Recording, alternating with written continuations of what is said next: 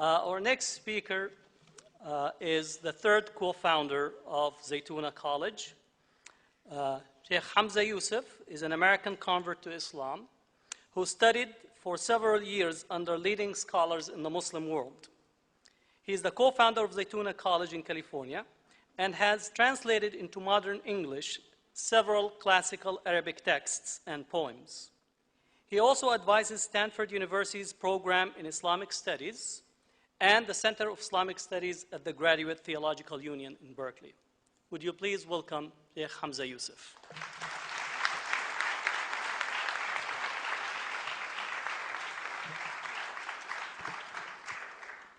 Bismillah ar-Rahman ar-Rahim. Wa sallallahu ala Sayyidina Muhammad wa ala alihi wa sahbihi wa sallam tasliman kathira. Wa la hawla wa la quwwata illa billah al-ali al-azim. Alhamdulillah. All praise is due to God alone. This tash that was made has a symbol on it. This is a symbol that's found all over the Muslim world.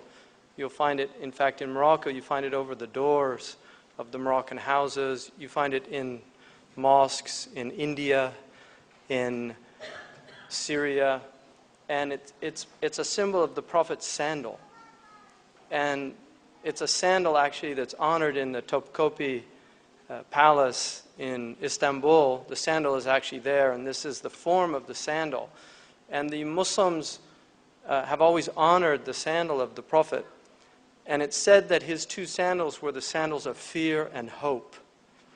And these are the two sandals that are necessary to walk the path of life, to have the sandal of fear and the sandal of hope. It's basically paradise in the inferno. And so we set out on this path with fear and with hope. We set out on this path with fear that our intentions might not be up to the standard that they need to be. I know that Fatima al-Fihriya, when she founded the Qarawiyyin University, which is our teacher, Ustad Abdullah, is a graduate of the Qarawiyyin. When she actually donated the land to build the university there, which is the oldest university in the world probably, in the true sense of that word, she fasted the entire time that the place was being built in hopes that it would be accepted from God as a place of learning. And we find many, many stories of the early people, the type of sincerity and devotion that they displayed in doing these things. So we are trusting, and I don't want to make a claim because the Quran says, وَمَنْ يَتَوَكَّلْ عَلَى اللَّهِ فَهُوَ حَسْبُهُ. Whoever truly trusts in God, God will suffice. But I come from a tradition that warns us of making claims. And that's where the hope comes in. We hope that we're truly trusting in God. To make the claim of I am indeed trusting in God, like the men who arrived in the pilgrimage from Yemen and they had no provision with them, and the Quran tells people to take provision on your journey. And when Sayyidina Umar saw them, he said, "Who are you?" And they said, "We're the mutawakkilun, we're the people that trust in God." He said, "No, you're the muta'akkilun, you're the people that need to beg for food." And then he said, "Tazawwadu, take provision." And then the Quran reminds us, but the best provision is the provision of piety, a word, unfortunately, that has been almost removed from the English language. It's become almost a historical anomaly, this idea of piety. And I remember my dear sister, and I think it's auspicious that, and I don't say this lightly, I think it's auspicious that a direct descendant of Patrick Henry is here with us in this convocation, because he really started the American Revolution, and this is part of the American Revolution. What's happening here today is part of the American Revolution, because America began as a place that wanted to depart from the ways of the old world. And the ways of the old world was fighting each other over religious doctrine. This was a place that they wanted to see people actually able to express their faith. And Patrick Henry was amongst those, and there was an early debate that wanted to see Christianity as the religion of America, and he was a profoundly devout Christian. And he actually argued for having religious tests. There were a group of founding fathers, and they're quoted constantly by a certain segment of an extreme religious right in this country, arguing that America is a Christian nation. But there was another group of founding fathers that actually argued against that, and they were the ones that won the day. And in some ways, we're back in that struggle again of defining what America is. And there are some people that want to retain a vision of America that perhaps never was. My own, and we were talking about the Catholics earlier, and I completely agree with Dr. Donahue that we have an immense amount of knowledge in previous religious experiences, and the Catholic religious experience in this country is one of the richest, as well as the Jewish religious experience in this country, for Muslims to benefit from. But my own family, who were on my father's side, were Catholic, Irish Catholic immigrants to this country, and they built churches. They built, my great-grandfather was a patron of St. Joseph's Catholic College in Philadelphia, and my grandfather graduated from that college. On my mother's side, we have my great-grandfather, Peter Georgiopoulos, who changed the name to George, built the first Orthodox church in San Francisco at the turn of the 20th century. So I come from a family that has a rich tradition of expressing religious faith in an environment that was antagonistic to that faith, because the Orthodox faith 100 years ago was not really an acceptable form of Christianity to many, many people in this country. And the Irish Catholics probably suffered as much as any minority that's come to the shores, with the possible exception of the African American community. But the Irish American community suffered greatly for their faith and for their beliefs. So this country is about liberty, and what was articulated in starting this revolution was give me liberty or give me death. That liberty was more precious to that man who made that statement. And the greatest freedom is the freedom of conscience, the ability to actually say what you think, to be able to believe something and to articulate that belief and not be ashamed of it, not have to hide that. We have Muslims in the United States of America right now that are hiding their faith, that have changed their names, that use other names. This is what my great-grandfather, who dropped the O from Hanson, my grandfather's name was Hanson, but his grandfather's name was O. Hanson. And they hid their Irish roots because it was very difficult to be Irish in this country in a certain strata of American society.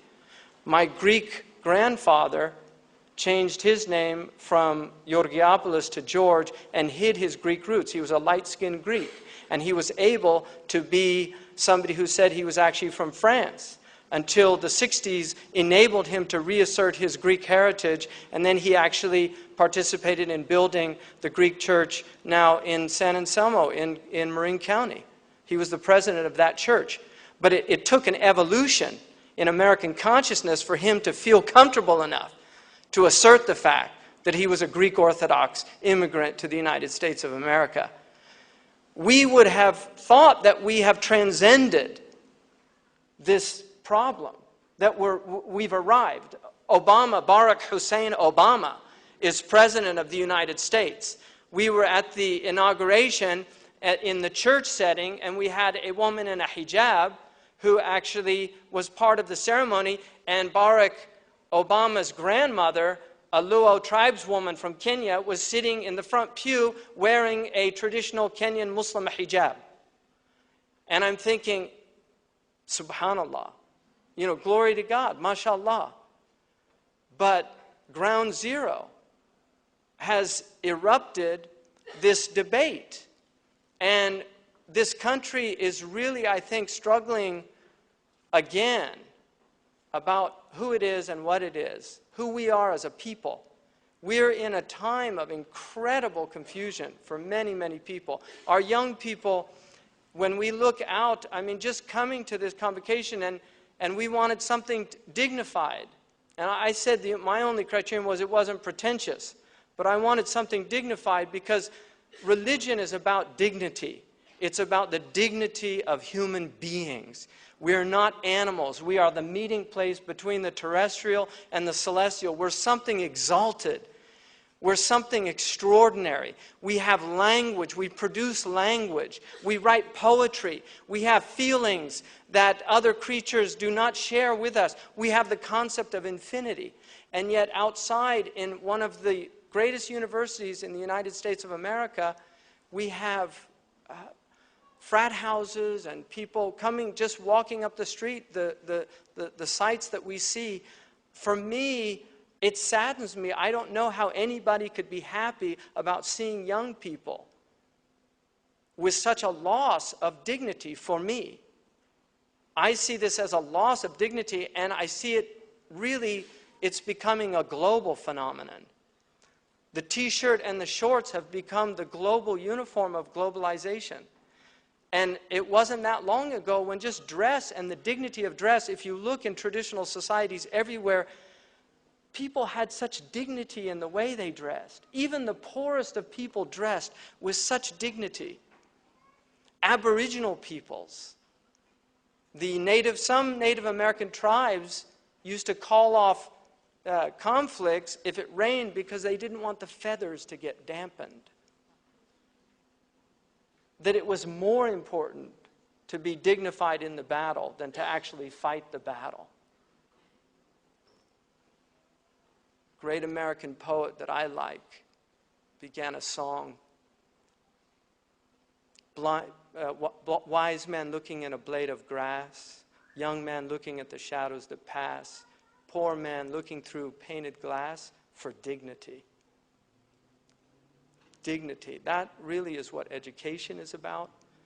It's what, not just higher learning, but from the primary school, treating children with dignity. We know what harm now is caused by humiliating children. Imam al-Ghazali, the great articulator of Islam, said never scold a child in front of other children, but always take it aside. Because he said when you shame a child in front of children, you create humiliation in their hearts. And he said those children will lose the sense of shame. And they will actually get worse and worse. We have an immense task ahead of us. Zaytuna College is an attempt. Its success is going to be entirely determined by the support of the community. There's immense support in our community so far. It's nowhere near what we need, but we're looking forward to it. And inshallah, trusting in God to the best of our ability. I want to thank many, many people who have come here. I want to thank, I saw Rabbi Lerner, Michael Lerner, come in, and I'm so glad to see him well and healthy. Rabbi Lerner was in my personal prayers when he was when I found out that he was sick, so it's really an honor to have him here with us. And many other people, I think Dr. Donahue's, I really feel like what he articulated, and you are a tough audience because I would have given him a standing ovation, hands down, but it was just such an incredible...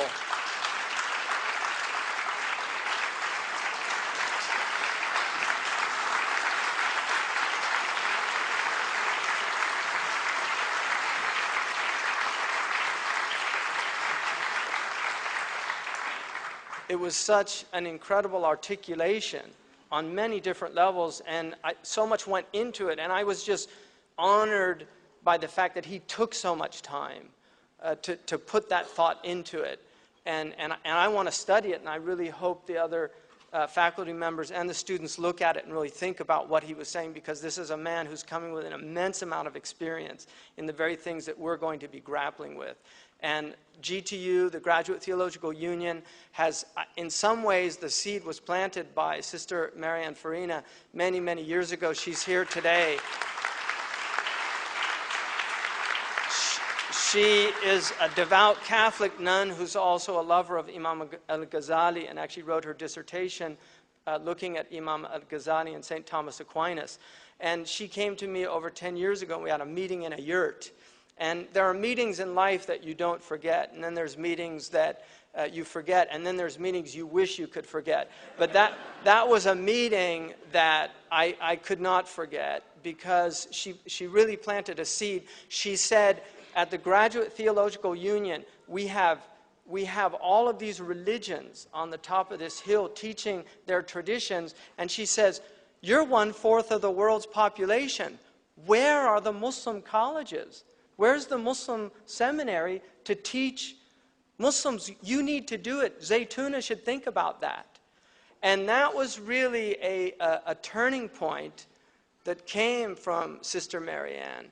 And I really thank you and honor you for coming today in support of what we're trying to do. And now this is a courageous group of young people. They really are, because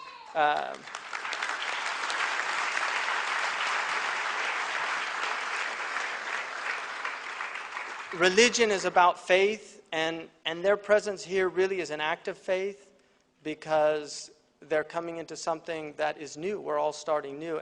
And also some of the parents, not all of them needed their parents' permission, but some of the parents that allowed their students, I mean, we had some students that could have easily gone to Ivy League colleges, and they chose to come here and support this endeavor. It's a historical group of young people, and we thank them for honoring us in placing their trust in their Lord, but also, we would say, and then in us. So we really honor that. Many, many other people I see here that I want to thank for coming and supporting us. We've had immense support in the Muslim community.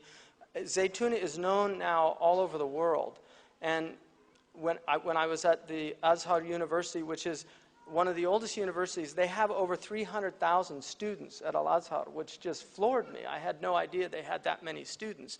But it's one of the oldest universities in the Muslim world. And the Azharis, the ones that begin from that early period and go through an incredibly rigorous training, and they're actually quite stunning as scholars. They really are.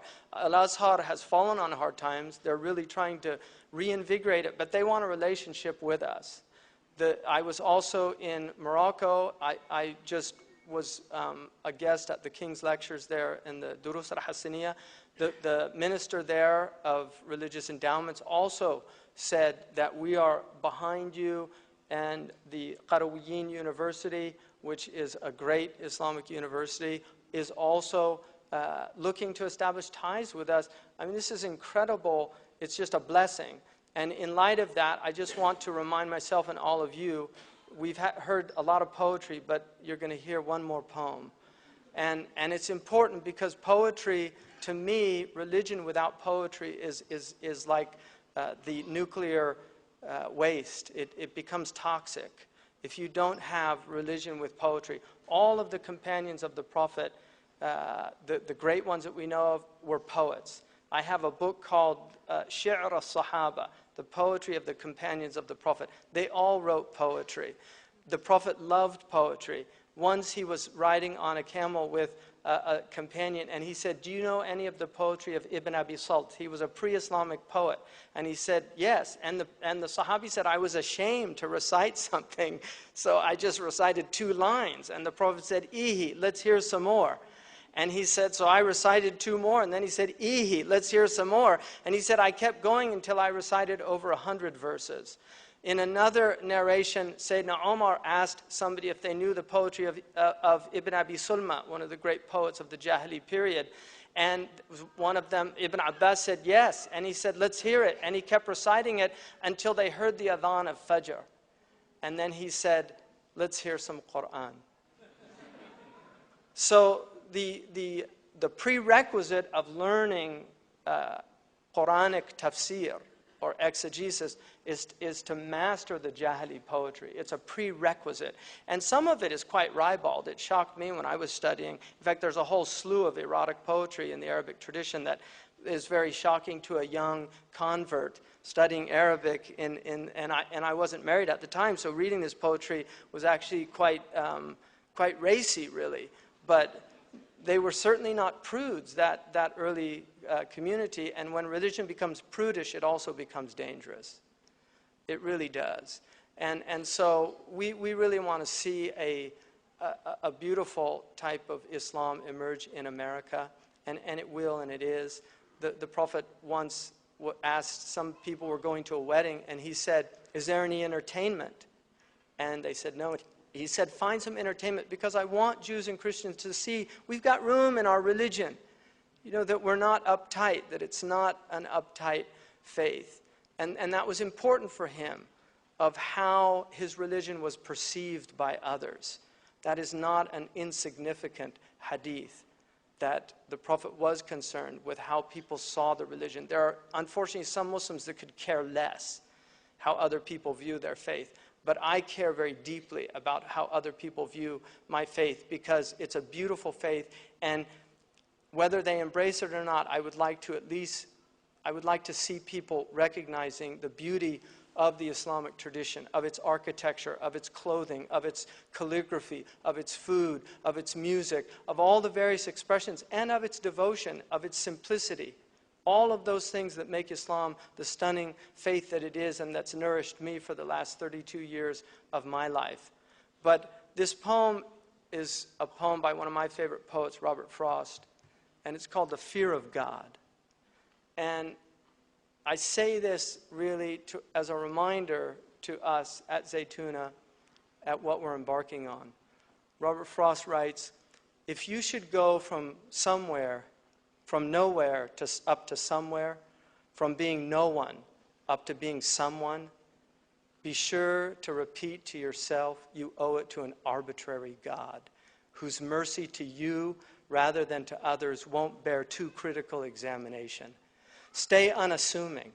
If for lack of license to wear the uniform of who you are, you should be tempted to make up for it in a subordinating look or tone, beware of coming too much to the surface and using for apparel what was meant to be the curtain of the inmost soul." Humility is the great quality of our Prophet. He said, "I was commanded to be humble so that no one would show arrogance over any other." He said, "Be humble for the sake of God, and God will elevate you." I really hope that we set out humbled with the task that is ahead. It's an immense task. And I'm humbled by the presence of the people that have come, by Dr.